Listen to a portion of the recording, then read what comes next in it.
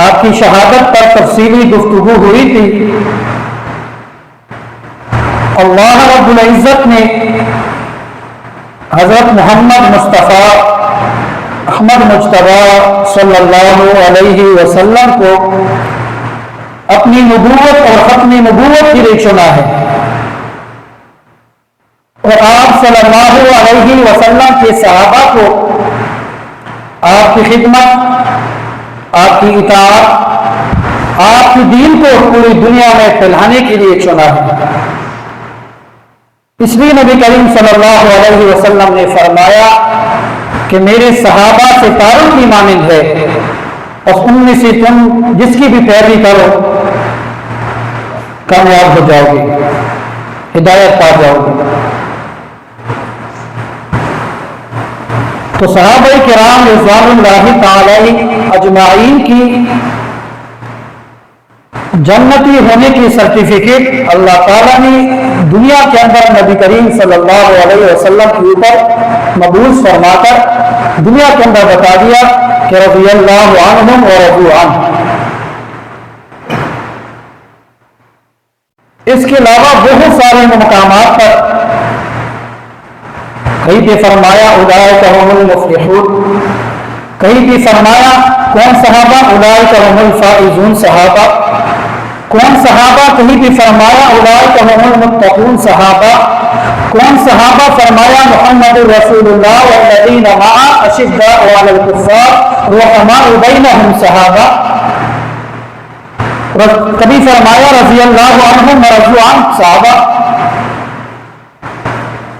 غرض یہ کہ صحابہ کرام رضوان اللہ علیہ اجمعین صحابی صحبت سے نکلا ہے کہ جس نے ایمان کی حالت میں آپ صلی اللہ علیہ وسلم کی صحبت کو پایا اور اسی حالت میں وہ دنیا سے تشریف لے گئے، وہ کون ہے؟ کون ہے؟ صحابی ہے۔ اور جب صحابی ہے تو صحابی کی رضامندی، اس کی جنتی ہونے کی سرٹیفکیٹ کس نے دیا؟ اللہ نے دیا۔ جب اللہ نے دیا تو ہم میں سے کوئی شخص آیا، اس کو یہ حق حاصل ہے کہ وہ صحابہ کے اوپر تبرہ کرے؟ ہم میں سے کسی کو یہ حق حاصل ہے کہ وہ صحابہ کے اوپر کوئی اعتراض کرے؟ ہرگز حاصل نہیں۔ اس لیے کہ 1400 سال 1500 سال کے بعد آ کر کوئی ہمارے جیسا بندہ اٹھ کر کسی بھی صحابی پر کسی بھی قسم کا اعتراض کرے، اس کا مطلب کیا ہے کہ اس نے نبی کریم صلی اللہ علیہ وسلم کی تربیت کے اوپر اعتراض کیا ہے۔ اور جو شخص نبی صلی اللہ علیہ وسلم کی تربیت پر اعتراض کرتا ہے، گویا کہ وہ کس پر اعتراض کرتا ہے؟ اللہ پر اعتراض کرتا ہے۔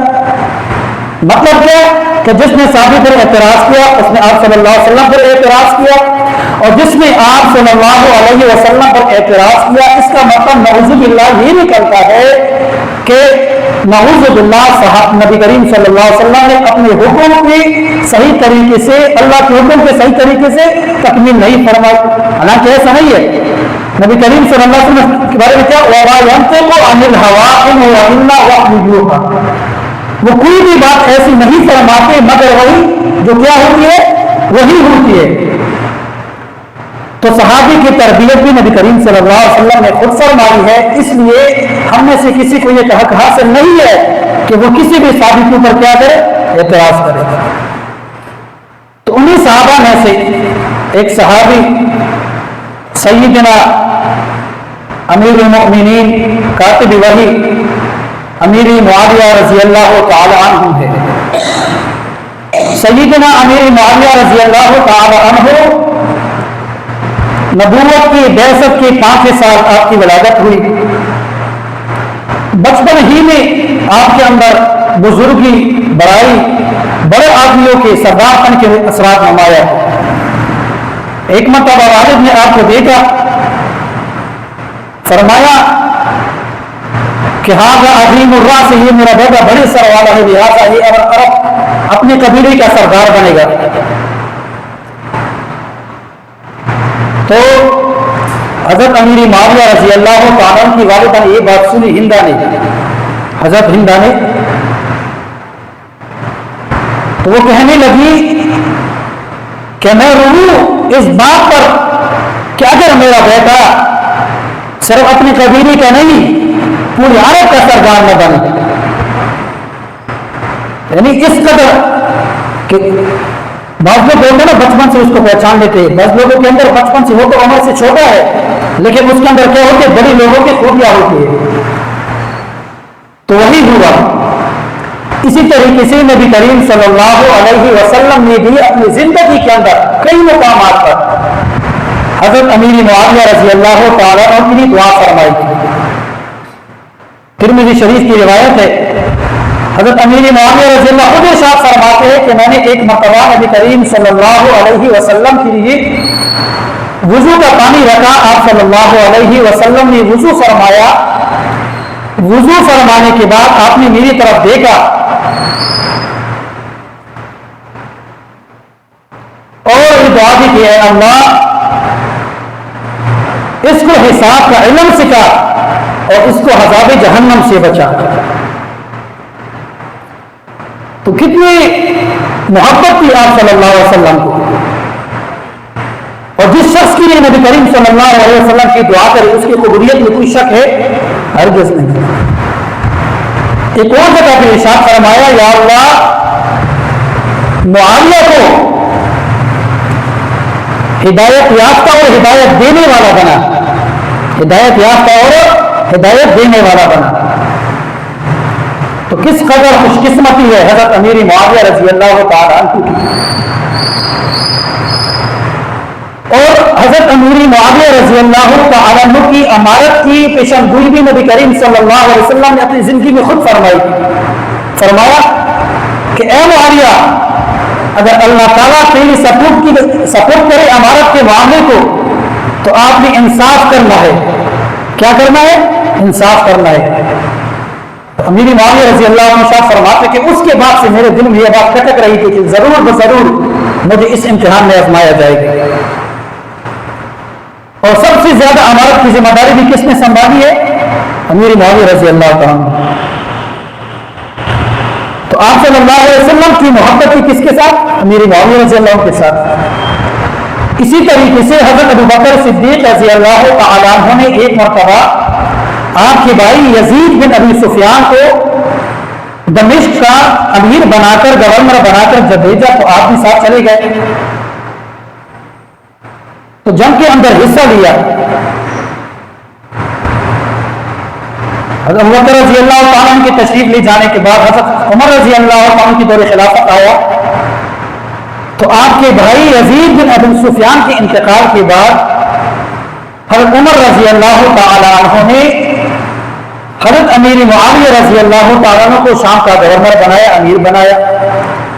تو حضرت عمر رضی اللہ تعالیٰ عنہ کس قدر زیرک باروق اور نبی کریم صلی اللہ علیہ وسلم کے حکم پر دل و عن عمل کرنے والے صحابی تھے کہ وہ جس کو امیر بنائے تو اس کا مطلب کہ وہ کتنا امیر ہو سکتا ہے. اور دوسری بات ہے کہ حضرت عمر رضی اللہ تعالیٰ وہ جس کو امیر بناتے اس کی کڑک نگرانی فرماتے رعایا سے زیادہ, تاکہ کسی بھی طریقے سے آپ صلی اللہ علیہ وسلم کے حکم کی نافرمانی نہ ہو. اور ایک بات یہ بھی ہے کہ چونکہ حضرت امیر معاویہ رضی اللہ تعالیٰ عنہ فتح مکہ کے اسلام لانے کے بعد مسلسل نبی کریم صلی اللہ علیہ وسلم کی خدمت میں رہ چکے تھے, یہاں تک کہ حضرت امیر معاویہ رضی اللہ تعالیٰ عنہ کا شمار ان لوگوں میں ہو گیا تھا, ان اراکین میں سے ہو گیا تھا جو کیا تھے, جو کاتب وحی تھے, جو وحی کو لکھا کرتے تھے. تو حضرت امیر معاویہ رضی اللہ تعالیٰ عنہ کی نبی کریم صلی اللہ علیہ وسلم کے اوپر جو وحی نازل ہوتی اس کو لکھتے ہیں. تو وہی کون لکھ سکتا ہے؟ جو کیا ہو, امیر ہو, صدیق ہو, امانت دار ہو. تو دوسری بات نبی کریم صلی اللہ علیہ وسلم نے اس کو اس خدمت کے لیے منتخب فرمایا ہے. تو حضرت عمر رضی اللہ تعالیٰ نے شام کا ان کو امیر بنایا. آپ رضی اللہ تعالیٰ کی خلافت چلتی رہی, معاملات چلتے رہے. حضرت عثمان رضی اللہ تعالیٰ کی خلافت کا دور آیا. آپ نے مزید محنت کی، مختلف علاقوں کو فتح کیا. اور عثمان رضی اللہ تعالیٰ عنہ کی شہادت ہوئی تو حضرت علی رضی اللہ تعالیٰ عنہ کی خلافت کا دور آیا. تو آپ رضی اللہ تعالیٰ عنہ کا اختلاف ہوا حضرت علی رضی اللہ تعالیٰ عنہ کے ساتھ اس بات پر کہ قاتلین عثمان سے قصاص لیا جائے. حضرت عثمان غنی رضی حضرت علی رضی اللہ عنہ بھی اس کی قائل تھے، لیکن چونکہ عثمان غنی رضی اللہ تعالیٰ عنہ کے مظلومانہ شہادت کے بعد مسلمان مسلسل ظلم کی چکی میں پیس رہے تھے، تلوار اپنی نیاموں سے نکل چکی تھی، تو حضرت علی رضی اللہ عنہ کی رائے یہ تھی کہ ذرا اپنی حکومت کو، مسلمانوں کی خلافت کو مضبوط ہونے دے. دونوں کی رائے ٹھیک تھی، دونوں میں سے کسی کی نیت پر شک نہیں کر سکتے ہم میں سے کوئی بھی، نہ کوئی اعتراض کرنے کا کسی کو حق.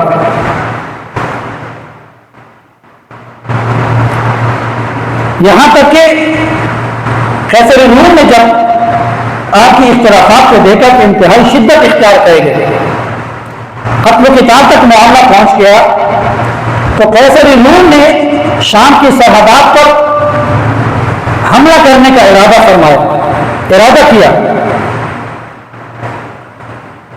حضرت امیر معاویہ رضی اللہ تعالیٰ عنہ کو جب پتہ چلا تو آپ رضی اللہ تعالیٰ عنہ کی اسلام کے ساتھ حضرت علی رضی اللہ تعالیٰ عنہ کے ساتھ محبت کا اندازہ دیکھی کہ ایک خط لکھ کر بھیجا اور کہا اے قیصر روم، مجھے یہ معلوم ہوا ہے کہ آپ نے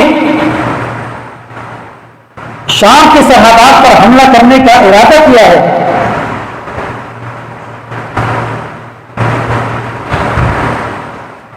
یاد رکھیے اگر آپ نے ایسا کیا تو میں حضرت علی رضی اللہ تعالیٰ عنہ سے صلح کر کے ہر اس دستے کا اول صف میں شامل ہوں گا جو حضرت علی رضی اللہ تعالیٰ عنہ کی طرف سے آپ کے خلاف لڑائی کرے گا، اور میں قسطنطنیہ کو جلا کر راکھ کر دوں گا.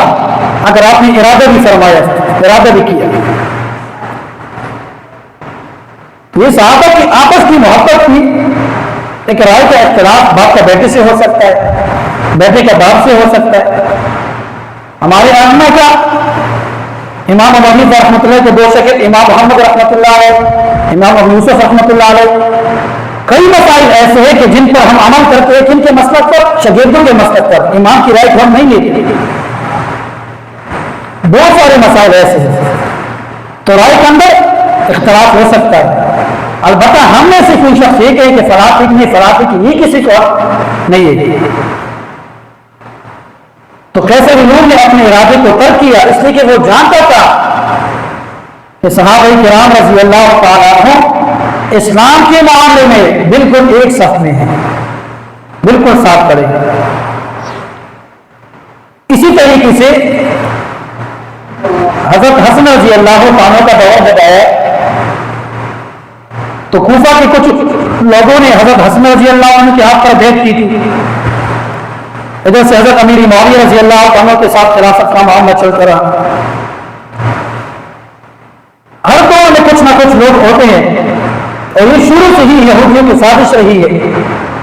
آپ نے دھوکہ حضرت عثمان غنی رضی اللہ عنہ کو دھوکہ دیا گیا، اس کے بعد حضرت حسین رضی اللہ عنہ کے ساتھ ہو گیا، حضرت علی رضی اللہ کے ساتھ ہو گیا، حضرت حسن کے ساتھ ہو گیا.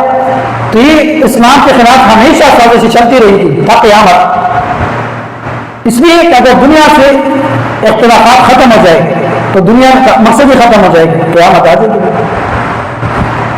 تو حضرت حسن رضی اللہ تعالیٰ عنہ کے ساتھ جب اختلافات چلتے رہے تو حضرت حسن بصری رحمۃ اللہ علیہ آپ کے درمیان یہ واقعہ نقل فرماتے ہیں کہ حضرت حسن رضی اللہ تعالیٰ عنہ اپنے لشکر کے ساتھ اتنا لشکر سامنے لے کر قتال کے لیے آ گئے کہ حضرت عمر بن عاص رضی اللہ تعالیٰ عنہ نے حضرت امیر معاویہ رضی اللہ عنہ سے کہنے لگے کہ میں جن لشکروں کو دیکھ رہا ہوں، جن کو میں نے دیکھا، مجھے یہ اندیشہ ہے کہ بغیر قتل و قتال کو واپس نہیں لوٹیں گے. حضرت امیر معاویہ رضی اللہ عنہ نے فرمایا کہ اگر انہوں نے ان کو قتل کیا، انہوں نے ان کو قتل کیا، کیونکہ دونوں طرف مسلمان تھے، تو مسلمانوں کی معاملات کو کون دیکھ بھال کرے گا؟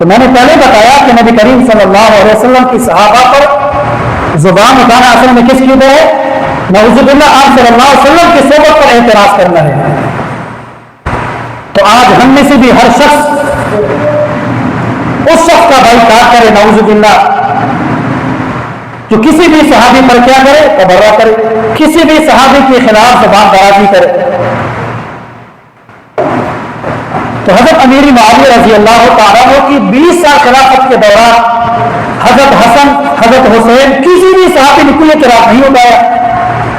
20 سال آپ نے خلافت کی ہے اور 20 سال خلافت کے دوران کسی نے کوئی اعتراض نہیں اٹھایا. تو کسی نے کوئی اعتراض نہیں اٹھایا، سب نے عمل کے ساتھ وقت گزارا ہے. آپ صلی اللہ علیہ وسلم کے احکامات کے اوپر عمل کیا ہے. آپ نے من وعن جس طریقے سے خلافت اربع کا مشن تھا اس کے مطابق نظام کو چلایا ہے. نبی کریم صلی اللہ علیہ وسلم کے احکامات کو لوگوں تک پہنچایا ہے. بہت سارے علاقوں میں دین کو پھیلایا ہے. تو آپ 1400-1500 سال کے بعد آ کر کوئی اگر نعوذ باللہ حضرت امیر معاویہ رضی اللہ عنہ کی شان میں کوئی تبرہ کرتا ہے تو اس کو کیا کرنا چاہیے؟ اس کو اپنے ایمان کی فکر کرنی چاہیے. اور ہمیں کیا کرنا چاہیے؟ ہمیں ایسے شخص کا بائیکاٹ کرنا چاہیے. ایسے لوگوں کو بالکل بھی نہیں سننا چاہیے، چاہے وہ کسی بھی مسلک، کسی بھی مذہب، کسی بھی فرقے سے تعلق رکھتا ہو. اس لیے کہ صحابہ کیا ہے؟ سب کے لیے معیار حق ہے. صحابہ ہمارے ایمان کا حصہ ہے. صحابہ کیا ہے؟ نبی کریم صلی اللہ علیہ وسلم کی صحبت یافتہ ہے. صحابہ کیا؟ نبی کریم صلی اللہ علیہ وسلم کی محنت کا نتیجہ ہے. اللہ تعالیٰ ہمیں بھی صحابہ کرام کی عزت عظمت کی قدردانی کرنے کی توفیق نصیب فرمائے. وآخر دعوانا ان الحمد للہ رب العالمین.